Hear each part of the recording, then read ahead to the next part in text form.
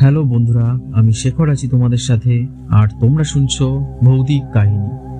আমাদের আজকের গল্পটি নিয়েছি শুকতারার 101 ভূতের গল্প এই বইটি থেকে। গল্পের নাম গোলদিঘির ভূত। লেখকের নাম শিবরাম চক্রবর্তী।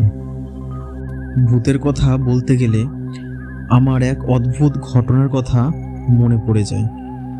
বছর কয়েক আগের কথা।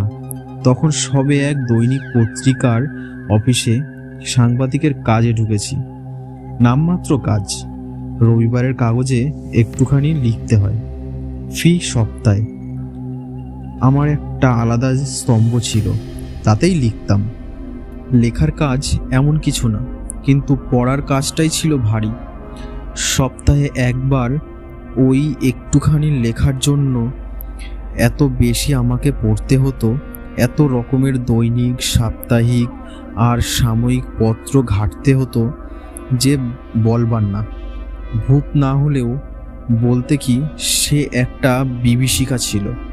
এই রকম কাগজপত্র ঘাঁটবার কালে একদিন একটা খবর আমার চোখে পড়ল। দৈনিকটির প্রেরিত পত্রের স্তম্ভে একজনের একখানা চিঠি।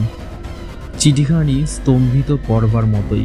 পত্রদাতা লিখেছেন, সম্পাদক মশাই, আমরা গোলদিঘি এলাকার বাসিন্দা।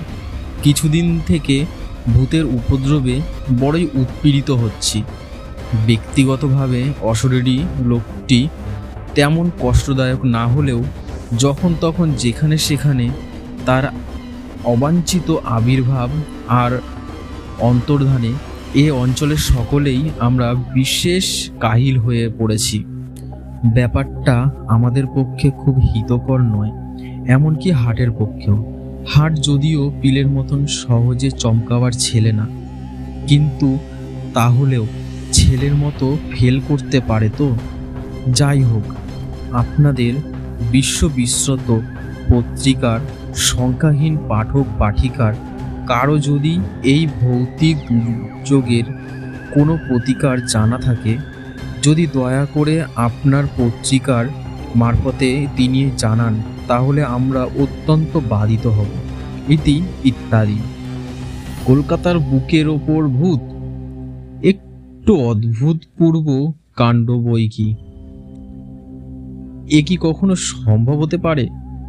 কি ভাবছেন মশাই এমন গালে হাত দিয়ে? আরেকজনের কথায় আমার চমক ভাঙল। এই কার্যালয়েরই আমার এক সহযোগী, আমার মতোই আরেকজন। এই ভূতত্ব, আমি বললাম, ভূতত্ব নিয়েই ভাবছিলাম। ও ভূতত্ব, আজকের ভূমিকম্পের কথা বলছেন? জাপানের সমুদ্র কিনারে 3টি শহর ধসে গেছে, কত ঘর বাড়ি ভেঙে গেছে, মরেছে যে কত হাজার। বাস্তবিক এই ভূমিকম্পগুলো কেন যে হয় তার রহস্য আবিষ্কার করা। আগে সে ভূতত্ব নয়, আমি ভাবছি ভূতত্ব। বাধা দিয়ে বলতে গেলাম, এ কি কথা? ভূতত্ব আর ভূমিকম্পের তথ্য একই সূত্রে গাথা। একটা যদি আমরা কিনারা করতে পারি। আহা, তা নয়, তা নিয়ে আমি মাথা ঘামাচ্ছি নে মশাই। আমি ভাবছি ভূত নিয়ে। ভূত আছে কি না, ভূতের অস্তিত্ব নাস্তিত্ব, এইসব নিয়ে। যেমন মহৎ থেকে মহত্ব, আমসৎ থেকে আমসত্ব, তেমনি ভূত থেকে ভূতত্ব। ভূমিকম্পের সঙ্গে এর কোনো সম্পর্ক নেই। ব্যাকরণ মতে আরও উদাহরণমালা জোগাতে যাচ্ছিলাম, এমন সময় সম্পাদকের ঘর থেকে তলব এলো। যেতেই সেই কাগজটার ভূতপূর্ব অংশটা তিনি পড়তে দিলেন। পড়ে দেখো। দেখছি স্যার। সম্পাদক বললেন, আমাদের নিজস্ব সংবাদদাতা আসেননি আজ। কেন? তুমি একবার যাও দেখি, গোলদিঘির এই ভুতুড়ে ব্যাপারটার সবিশেষে জেনে এসো তো। খবরটা কালকের কাগজে সবিস্তরে ছাপতে পারলে বেশ চাঞ্চল্যকর হবে। কাগজ কাটবে খুব। আজ্ঞে মাফ করবেন আমায়। ভূত আমি বিশ্বাস করিনি, আমি জানালাম। ভূতে আমার ভারী ভয়। বিশ্বাস করো না তো ভয় কিসের আবার? অবাক হলেন সম্পাদক মশাই। আজ্ঞে সেই জন্যই তো, ওদের মোটেই বিশ্বাস নেই ভূত ভারী ভয়ঙ্কর জীব। আহা, তোমাকে কি ভূতের সঙ্গে মুলাকাত করতে বলেছি? অমূলক ভয় তোমার। আরে তাদের কি পাত্তা মেলে? যাদের বাড়ি উপদ্রব হচ্ছে সেখানে যাবে, পত্রদাতার সঙ্গে দেখা করে ওরে বিস্তারিত সব জেনে সব লিখে আনবে। কাজ তো এই। কিন্তু পত্রদাতার ঠিকানা তো কাগজে দেয়নি। আমি দেখলাম চিঠিতে লেখা নেই। আসল চিঠিতে আলবাত ছিল, নইলে এ চিঠি ছাপতো না। কিন্তু সে ঠিকানা তো ওই কাগজের দপ্তর থেকে জানা চলে না। তাহলে যে ব্যাপারটা ওরা টের পেয়ে যাবে। আমরা যা করতে যাচ্ছি মালুম পেয়ে নিজেরাই করে বসবে। আগে সব মাটি হবে। তাহলে আবার প্রতিধ্বনি হয়। একটুখানি জায়গা তো গোলদিঘি, অঞ্চলটা ঘোরো আগে। যাকে দেখবে একটু ভীত ভাবিত সন্ত্রস্ত পাকড়াবে অমনি। মুছড়ে পড়া কেউ যদি তোমার নজরে পড়ে, ছেড়ো না তাকে। যদি কাউকে দেখো খুব বিচলিত, বুঝবে সেই তোমার এই পত্রদাতা, কিংবা এই পত্রদাতার মতোই অপর কেউ, ভূতের উৎপাতে পীড়িত। বুঝেছ? আলাপ করে ভাব জমিয়ে আসল কথা আদায় করবে তার কাছ থেকে। এমন কি শক্ত কাজ?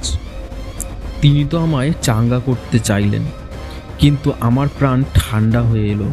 নিজস্ব সংবাদদাতার পরমপদী বেবাক ঠেলতে, বিশেষত যার পিছনে এত ঠেলা, মোটেই আমার ভালো লাগে না। তাছাড়া ভূতের ব্যাপারে উৎসাহ, এক কথায় ভূতসাহ, চিরকালই আমার কম। ভূতত্ত্বে আগ্রহ কোনোদিনই আমার নেই। ভূতের ত্রিসীমানায় আমি বিরল। আনাচে কানাচে ভূতের গন্ধ পেলেই আমার ভো দৌড়। আমি কি পারবো? তবুও আমি গাঁইগুঁই করি। পারবে, হে পারবে। তুমি তুখর ছেলে, তাই তোমাকেই এই গুরুভার চাপাচ্ছি। আজ্ঞে আমার দ্বারা কি এই দুঃসাধ্য কাজ সম্ভব? হবে, হে হবে। অবশ্যই চালাক তুমি তেমন নও, কিন্তু তা না হলেও তোমার লাক আছে। তোমার ভাষাতেই বললাম কথাটা। তোমার ভাষা সহজে তুমি বুঝতে পারবে। সাদা বাংলায় কথাটা এই। এধারে ওধারে একটু ঘুরে ফিরে দেখবে, চোখ কান খোলা রাখবে। দৈবক্রমে একটু চেষ্টা না করতেই হয়তো তোমার সঙ্গে লোকটির দেখা হয়ে যেতে পারে। এই নাও। এই বলে তিনি পকেট হাতড়াতে লাগলেন। তার নিজের পকেট হাতড়াতে হাতড়াতে খুচরো কাজটা যা মিলল আমার হাতে সমর্পণ করলেন। এই নাও, টাকা 2-2.5 হবে। কাজটা সারার পর কফি হাউসে গিয়ে, গোলদিঘির কাছেই তো কফি হাউস, কফি টফি যা হয় কিছু খেয়ে নিও প্রাণ ভরে। এতক্ষণে কাজটায় আমার গা লাগে যে আজ্ঞে বলে বেরিয়ে পড়ি। বউবাজার থেকে একেবারে বইয়ের বাজার। কলেজ স্কোয়ারেই শটান।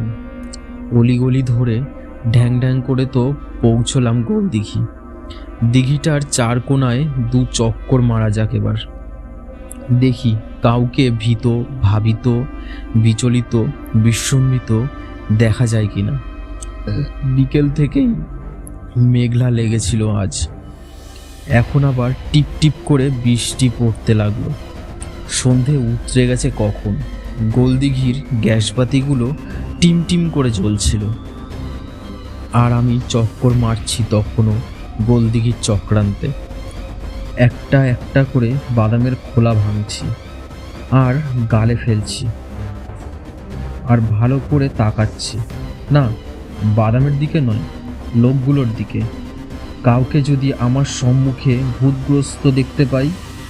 কিন্তু দেখব কি? ভালো করে দেখতে না দেখতেই গোলদিঘি ফাঁকা হয়ে গেল। জলটাও একটু জোরে এলো এবার। টিপ টিপ থেকে টপ টপ শুরু করলো।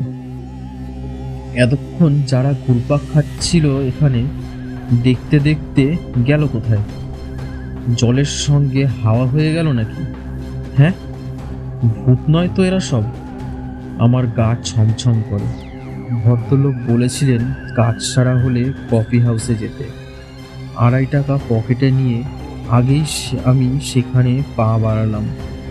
যদি সেখানেই সম্পাদক কথিত সম্প্রতি কফিতে সেই ভদ্রলোকের পাত্তা মেলে আমার। কফি হাউসও ফাঁকা। বাদলার ধাক্কা এখানেও লেগেছে। এই বর্ষায় যে যার ঘরে বসে চা খেয়ে চাঙ্গা হচ্ছে। কফি হাউসে হানা দেওয়ার গরজ বোধ করেনি। বসলাম গিয়ে ক্যাফের এক কোণে। আর একজন মাত্র ছিল সেই টেবিলে। হাফ শার্ট গায়ে, আধবয়সী ভদ্রলোক।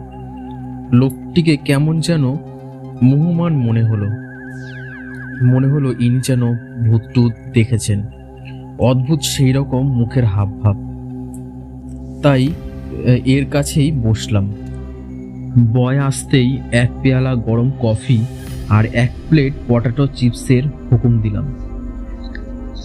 হঠাৎ কি বিশ্রী বাদলা করলো বলুন তো? ভদ্রলোকের সাথে ভাব জমাবার চেষ্টা করি। ভারী বিশ্রী সত্যি। ভদ্রলোক সায় দিলেন। এরকম আবহাওয়ায় চানাচুরার ভূতের গল্প বেশ জমে, কি বলেন? কায়দা করে লোকটাকে পথে আনার প্রয়াস পাই। ভূতের গল্প? ভূতের আবার গল্প কি? ওর তেমন উৎসাহ দেখা যায় না। কফি আর চিপস এসে পড়লো আমার। চিপসের পাত্রটা এগিয়ে দিলাম ওর দিকে। যদি পটাটো দিয়ে পটানো যায়। চিপস উনি ছুলেন না। বয়েরকে বললেন আইসক্রিম আনতে। আইসক্রিমও এসে গেল দেখতে দেখতে। আপনি তো এই গোলদিঘির এলাকারই লোক, তাই না? এ অঞ্চলে আছেন অনেক দিন। প্রবীণ ব্যক্তি, দেখেছেন শুনেছেন অনেক। ভূত অদ্ভুত অনেক কিছুই আপনার চোখে পড়েছে, নয় কি? ভূত? গোলদিঘিতে ভূত? না মশাই না, ভূত টুত কিছু নেই এখানে, 7 জন্মেও না। ভদ্রলোক আরেক পাত্র আইসক্রিমের হুকুম দিলেন। আইসক্রিম খেতে পারে বটে লোকটা। এমন ক্রিম খেগো জীবনে আমি দেখিনি। ক্রিমি হয়ে নাম মরে শেষটায়। আমি একটু চুমুক কফি খাই আর উনি গিলাসের পর গিলাস গেলেন। প্রায় 17 গ্লাস আইসক্রিম সাবার করেছে লোকটি। ততক্ষণে আমি মাত্র 3 পেয়ালা কফি টানতে পেরেছি আর প্লেট 2 আলুর চিপস, ব্যাস। কিন্তু ততক্ষণ ধরে এক তো চেষ্টা করেও এক টুকরো ভূতের খবর ওর মুখ থেকে খসাতে পারলাম না। ওকে ভূৎসাহিত করার সমস্ত অধ্যবসায় আমার ব্যর্থ হলো। যতই আমি ভূতের কথা পারতে যাই ততই উনি ঘাড় নাড়তে থাকেন। না না না, গোলদিঘিতে ভূত থাকে? এত গোলমালের মধ্যে ভূত কখনো তিষ্ঠ হতে পারে কলকাতায়? ভূতটুত যা ছিল এখানে সব ইহলোক প্রাপ্ত হয়েছে, মরে মানুষ হয়ে গেছে। সে কবে? 17 গ্লাস আইসক্রিম সাবার হলো, কিন্তু ভূ শব্দটি ওর মুখ থেকে বার করা গেল না। অগত্যা উঠতে হলো আমায়। কফি হাউসের মায়া কাটাতে হলো অবশেষে। ক্যাফের দরজা বন্ধ হওয়ার সময় হয়েছিল। উঠে কাউন্টারে দাম দিতে গেলাম, কিন্তু বিল দেখে তো আমার চক্ষু চড়ক। 15 টাকা বিল। 15 টাকা কেন? আমি তো মোটে 3 পেয়ালা কফি আর 2 প্লেট চিপস খেয়েছি, তার জন্য 15 টাকা? প্রবল কণ্ঠে আমি প্রতিবাদ করি। আর 17 গ্লাস আইসক্রিম, সেটা কে খেলো? কফি হাউসের কর্মকর্তা শুধোয়। সে তো আরেকজন, জানাই আমি। আমরা কি কানা ঘাস বেচতে বসেছি? চালাকি পেয়েছেন নাকি? আপনার টেবিলে আপনি ছাড়া অন্য কোনো লোক ছিল না। কেন ওই ভদ্রলোক? আঙুল দিয়ে দেখাতে গিয়ে দেখলাম উনি নেই, উঠে গেছেন কখন। কিন্তু এর মধ্যেই সে সরে পড়ল কোথায়? ব্যাপারটা আমার ভালো ঠেকলো না। আমি বললাম, দেখুন মশাই, এসব রসিকতা আমার ভালো লাগে না। পকেটের সম্বল আমার মোট 2.5 টাকা, সেই আন্দাজে আমি খেয়েছি। 15 টাকা আমি পাবো কোথায়? আমাকে বাধা রাখলেও এত টাকা দিয়ে খালাস করতে আসবে না কেউ। তাহলে তো পুলিশ ডাকতে হয়। বেওয়ারিশ মাল থানায় জমা দেওয়াই দস্তর। ইঙ্গিতের অপেক্ষায় ছিল শুধু। তার কথা না খুঁজতেই বেয়ারাটা কোত্থেকে একটা পাহাড়লা এনে খাড়া করেছে। দস্তর বেয়ারা কাজ হতে হয়। ব্যাপারটা আমি আরো পরিষ্কার করে বোঝাতে যাচ্ছি। পাহাড়লাটা আমায় বাধা দিল, বলল, চলিয়ে থানে মে। थाने में क्यों जाबो? क्या किया? कॉफी खाया, उसको दाम दे दिया, चुप गया, फिर थाना काहे? किंतु के शोने? পাহাড়ওয়ালাটা আমার ঘাড় পাকড়ালো, টেনে নিয়ে চলল আমায়।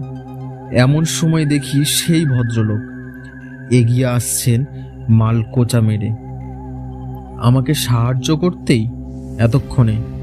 কিন্তু আমাকে না, পাহাড়ওয়ালাকেই। পাহাড়ওয়ালাটা আমার গলদেশ ধরেছিল, তিনি এসে আমার তলদেশ ধরলেন। দুজনে মিলে চ্যাংদোলা করে সিঁড়ি দিয়ে নামাতে লাগলেন আমাকে।